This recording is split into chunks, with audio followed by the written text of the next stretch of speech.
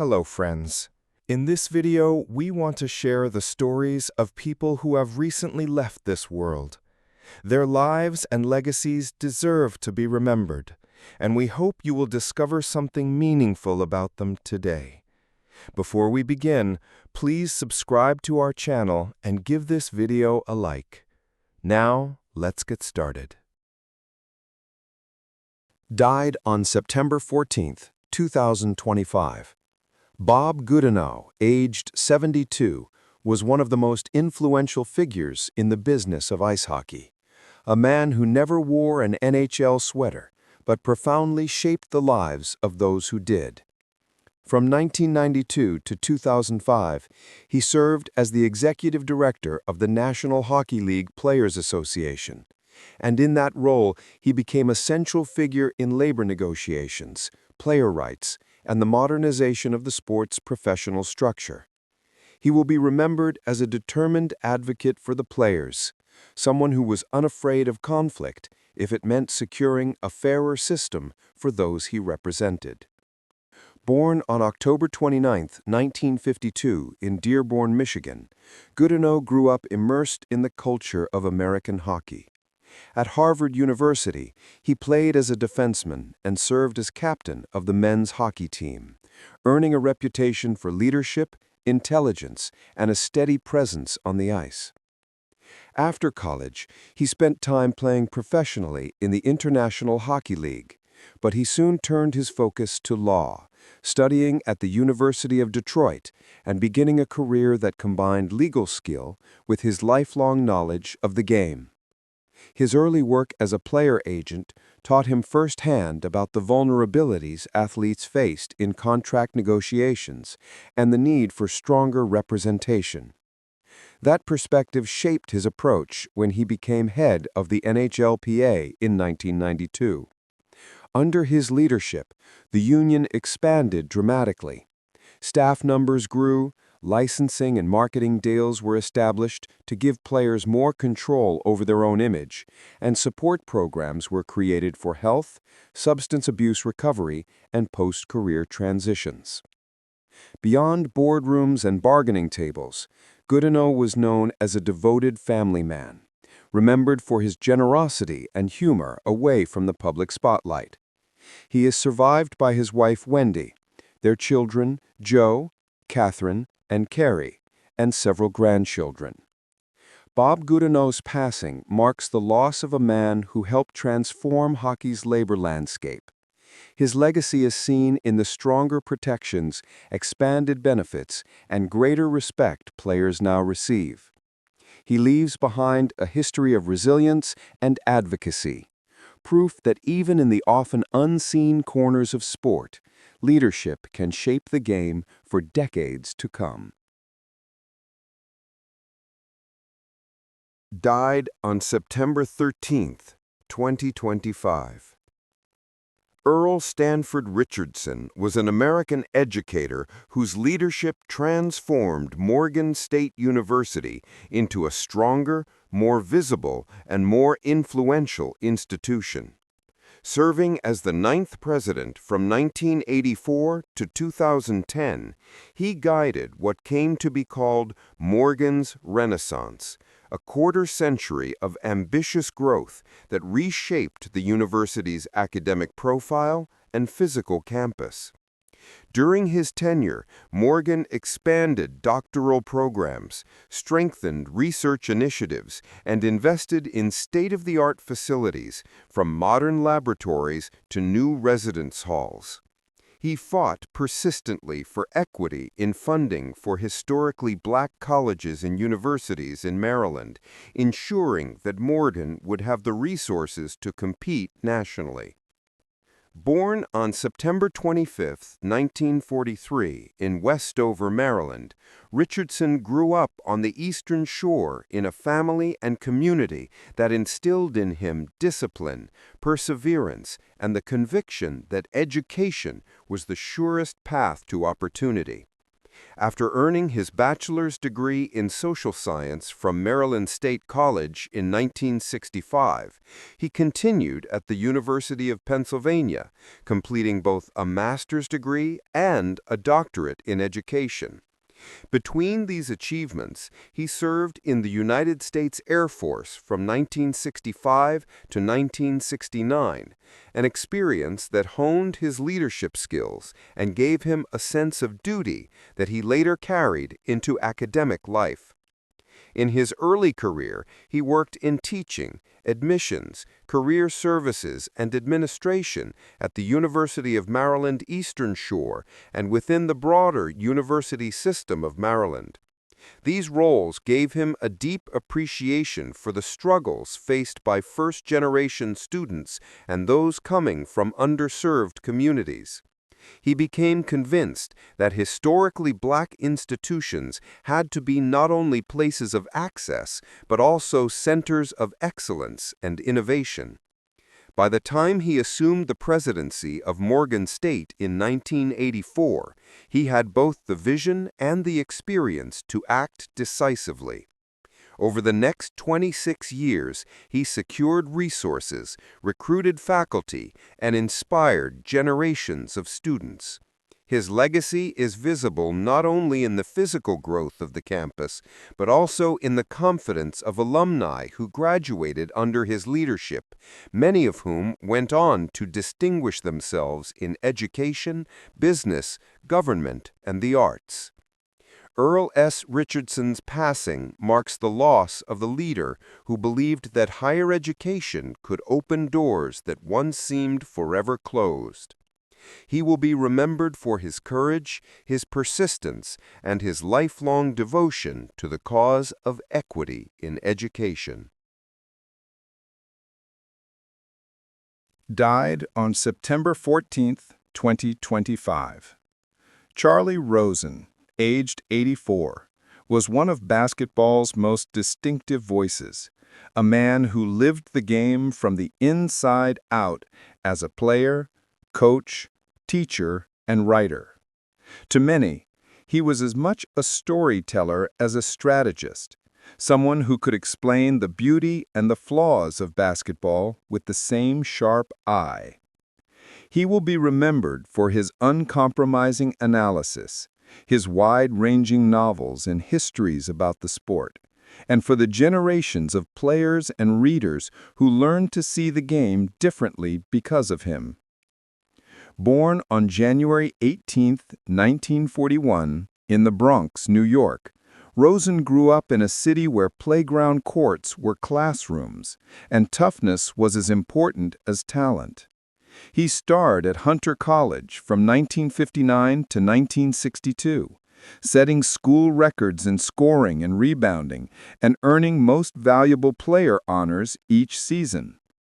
His playing career continued briefly in the Eastern Professional Basketball League with the Scranton Miners, but his interests stretched beyond the hardwood.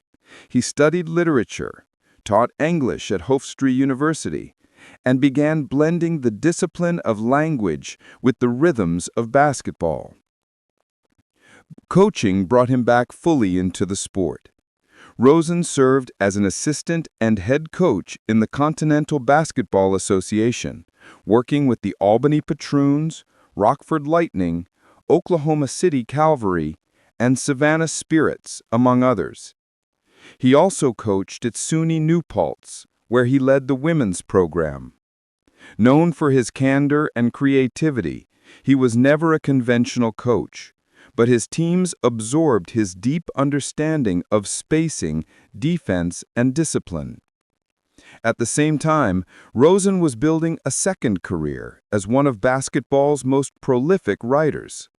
Over the years, he published more than a dozen books, novels like The House of Moses All-Stars and The Cockroach Basketball League, histories such as Perfectly Awful, the Philadelphia 76ers' horrendous and hilarious 1972-1973 season, and numerous works of journalism and analysis. His style was blunt, witty, sometimes controversial, but always rooted in a genuine love of the game. Longtime readers admired his ability to capture both the grandeur of the NBA and the grit of minor leagues, to celebrate great players while also exposing the sport's darker corners. Charlie Rosen's passing closes a chapter in the cultural history of basketball.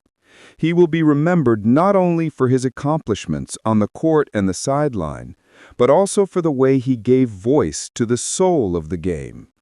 His legacy endures in the players he coached, the colleagues he inspired, and the readers who found in his words both knowledge and passion. For basketball, he was more than a participant. He was one of its most vivid interpreters. Born on April 25, 1940, in East Harlem, New York City, Alfredo James Pacino came into the world in the shadow of hardship, but with a spark that would one day illuminate the stage and screen. Today, his name stands among the immortals of cinema, but his beginning was far from glamorous. He is known globally as one of the greatest actors of his generation, celebrated for unforgettable roles in the Godfather trilogy, Scarface, Serpico, and Scent of a Woman, for which he won the Academy Award. His life's achievement lies not only in the awards or the iconic lines he delivered, but in his ability to embody raw humanity, to give voice to ambition, pain, love, and rage in ways that continue to resonate. Al Pacino was born to Salvatore and Rose Pacino, children of Italian immigrants who had settled in New York. When Al was just 2 years old, his parents separated, and he was raised primarily by his mother and grandparents in the Bronx. These early years were defined by struggle. Money was scarce, apartments were cramped, and the streets were alive with both opportunity and danger. Yet amid this, Al developed an imagination that seemed boundless. Friends remembered him as a boy who could mimic voices, invent stories, and command attention with a certain restless energy. School was never his strong suit. He often found himself distracted, disinterested in conventional lessons, and by his teenage years, he was far more captivated by movies and plays than textbooks. He attended the High School of Performing Arts for a time, nurturing his early interest in acting. But the rigid expectations of academics left him discouraged, and he eventually dropped out. That decision set him adrift in the eyes of many, yet it also freed him to pursue the one thing that gave him a sense of identity: the stage. His adolescence was marked by searching and survival. Pacino worked odd jobs: messenger, busboy, janitor, whatever would cover rent and food. At the same time, he gravitated toward theater groups in downtown Manhattan, sitting in on rehearsals, absorbing performances, and dreaming of being the one in the spotlight. His world was small, but his ambitions were vast. Though he faced skepticism from those who thought he was chasing illusions, Al clung to the conviction that acting was not just something he wanted to do, but something he had to do. These early years in East Harlem and the Bronx shaped him profoundly. They gave him the toughness that would later resonate in his gangsters and cops, the vulnerability that would emerge in his wounded heroes, and the restless intensity that became his trademark. Long before the world knew his name, Al Pacino was already forging an identity out of hardship, discipline, and imagination, laying the foundation for a journey that would take him from the backstreets of New York City to the summit of world cinema. As Pacino entered his 20s, the uncertainty of his early years began to solidify into a clearer sense of direction. Though he had drifted after leaving school, he carried with him an unshakable belief that acting was his calling.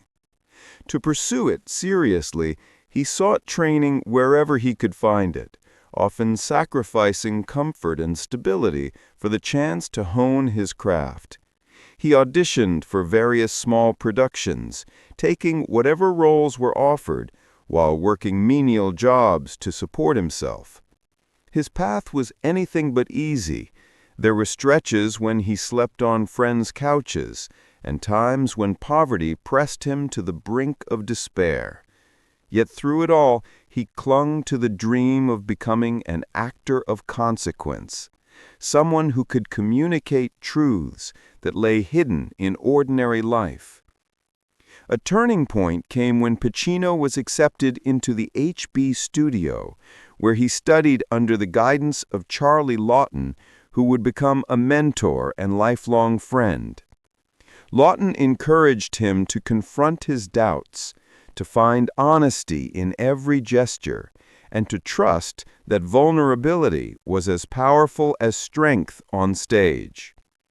This mentorship gave Pacino both technique and confidence, enabling him to audition for more serious institutions.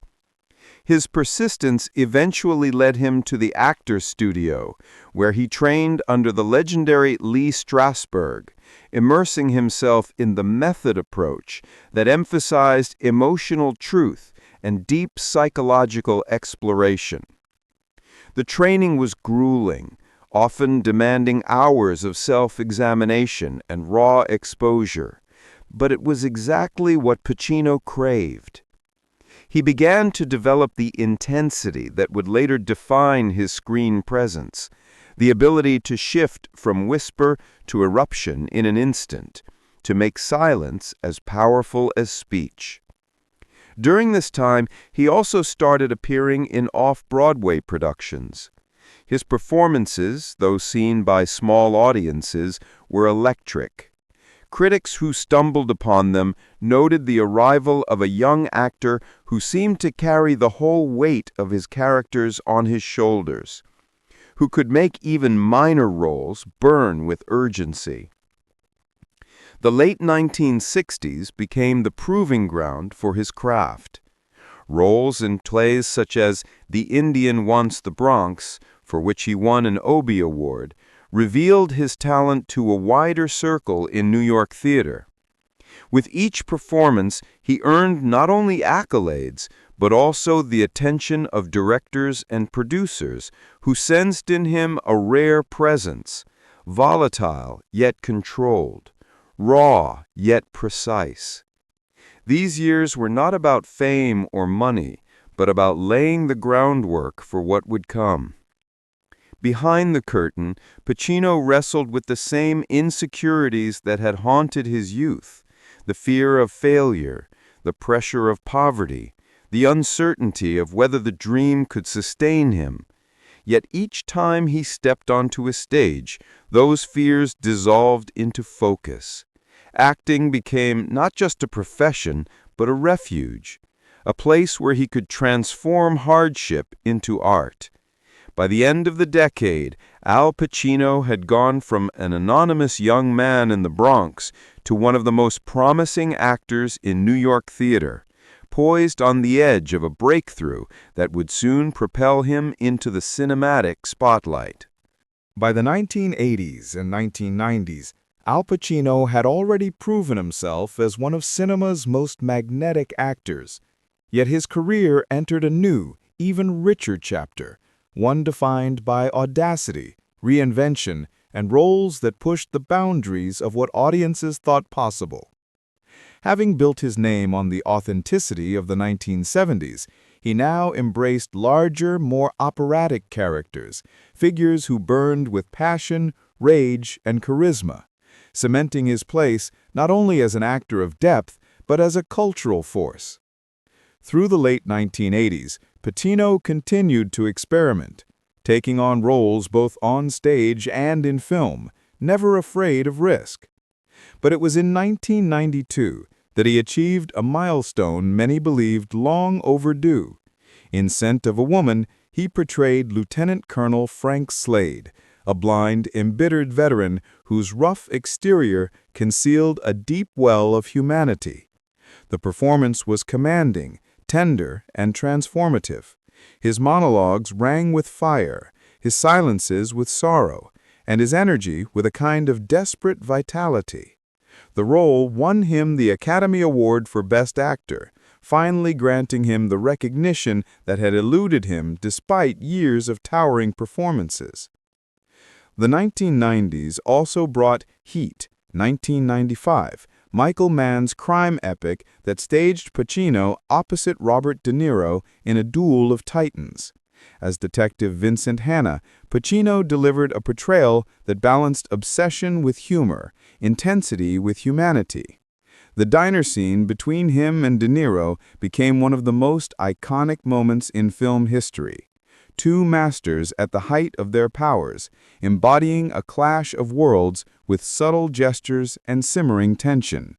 The film remains a high watermark not only for crime cinema, but also for Pacino's career. In 1997 came The Devil's Advocate, a film that blended courtroom drama with supernatural allegory.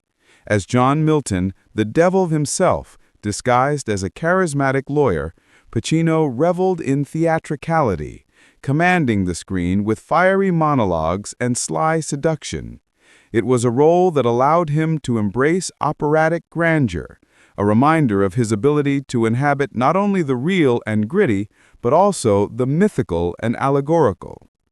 Viewers saw in him both charm and terror, a combination only Pacino could deliver with conviction.